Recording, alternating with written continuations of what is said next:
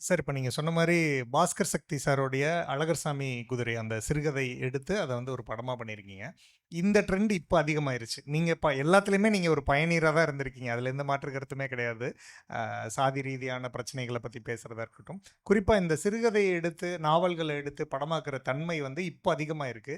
இந்த காலகட்டத்தில நீங்க மறுபடியும் அப்படி ஒரு கதை, அப்படி ஏதாவது ஒண்ணு எடுக்கணும்னா, எத எடுப்பீங்க? இல்ல நான் வந்து ஃப்ராங்கா பேசுறேன் நானு. புத்தகங்கள் அவ்வளோ படிக்கிற கேரக்டர் கிடையாது. என்னுடைய ஃப்ரெண்டு வந்து நாங்க டிஸ்கஷன் போயிருக்கும்போது, "இப்படி ஒரு கதை இருக்கு. நீ படி" அப்படின்னாப்படி. அப்படி பாஸ்கர் சக்தி சாருடைய அந்த கதைய படிக்கும்போது, அந்த கதைக்குள்ள ஒரு ஃபன்னு இருந்துச்சு.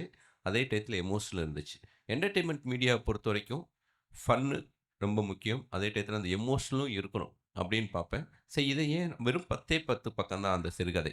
அத ஏன் நம்ம திரைக்கதையா மாத்தக்கூடாதுன்னு உட்கார்ந்து எழுத ஆரம்பிச்சு, அப்படி உருவானது தான். எனக்கு ஒரு திரைக்கதைக்குள்ள ஒரு சார்லி சாப்ளின் மாரி தான்.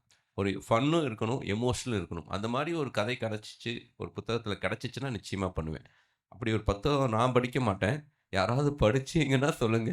நான் படிச்சுட்டு பண்றேன். பட் நான் எதிர்பார்க்கிறது அந்த கதைக்குள்ள அந்த மாதிரியான ஒரு பாயிண்ட் இருக்கணும். அது ஒரு என்டர்டெயின்மென்ட்டான மீடியா.